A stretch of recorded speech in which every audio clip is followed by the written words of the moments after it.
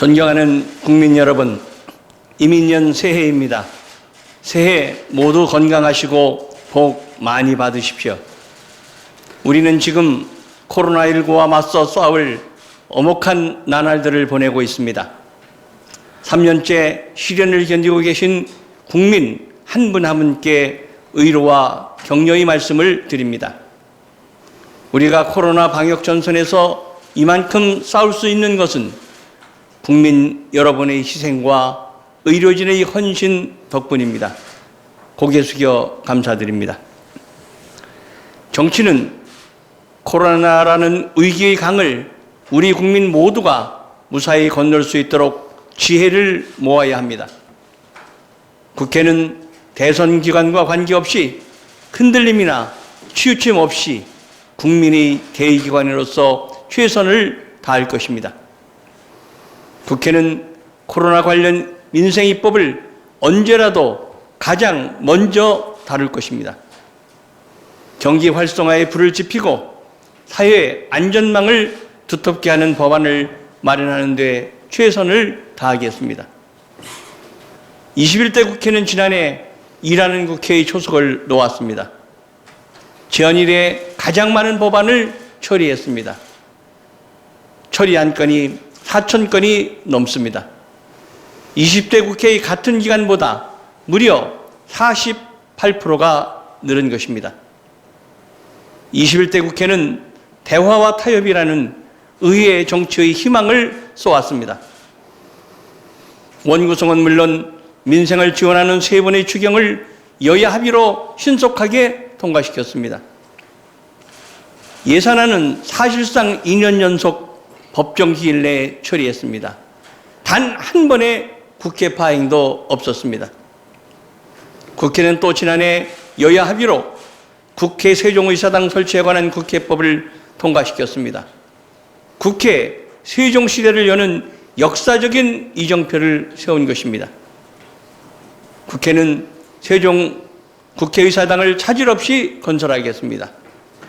2022년은 국가균형발전이라는 헌법적 가치를 실천하는 원년이 될 것입니다. 존경하는 국민 여러분, 금년은 국가와 국민의 미래를 좌우하는 대통령 선거와 지방선거가 있는 해입니다. 선거 과정은 물론 어느 당이 집권하더라도 선국 후당, 나라를 먼저 생각하는 자세로 임해 주십시오. 선거 전후로 갈등이 분출될까 걱정하는 국민들이 많이 있습니다. 국민 통합이 더 절실한 이유입니다. 국회는 지난해 국회의장 직속기구로 국민통합위원회를 운영했습니다. 진보와 보수라는 정치 이념을 넘어 많은 석학과 전문가들이 머리를 맞댔습니다. 우리 사회의 갈등을 덜어내는 방안을 모색했습니다. 국회 국민통합위원회의 처방은 정치구조의 혁신이었습니다.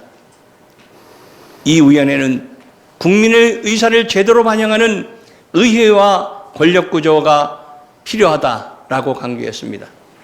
특히 승자 독식의 권력구조가 국민통합을 가로막는 근본 원인이라고 지적했습니다. 국회의장의 지론이기도 합니다. 결국 국민통합으로 가는 길은 개헌입니다. 대선 직후엔 본격적인 개헌 논의를 할 수 있어야 합니다. 여야 대선 후보들은 개헌에 대한 입장을 밝혀 국민의 판단을 받기를 바랍니다. 여야는 정치개혁특별위원회에서 개헌 논의를 할 수 있는 토대를 확실하게 마련해 주시기 바랍니다. 단계적인 개헌도 한 방법입니다.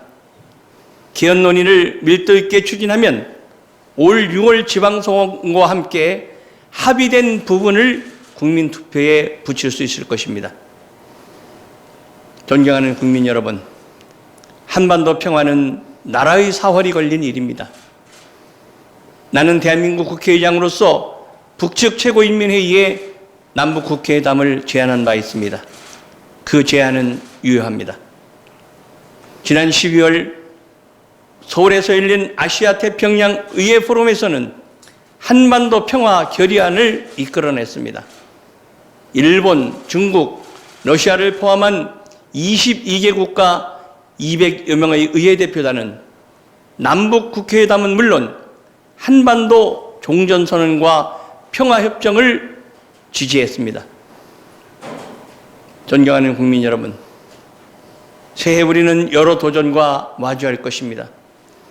기후위기와 디지털 전환, 미중 패권 다툼과 세계 공급망 질서의 재편은 세계의 기존 질서를 흔들고 있습니다.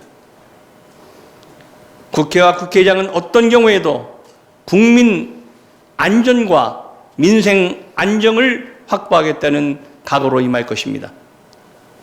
국민 여러분의 헌신에 보답하는 길입니다. 감사합니다.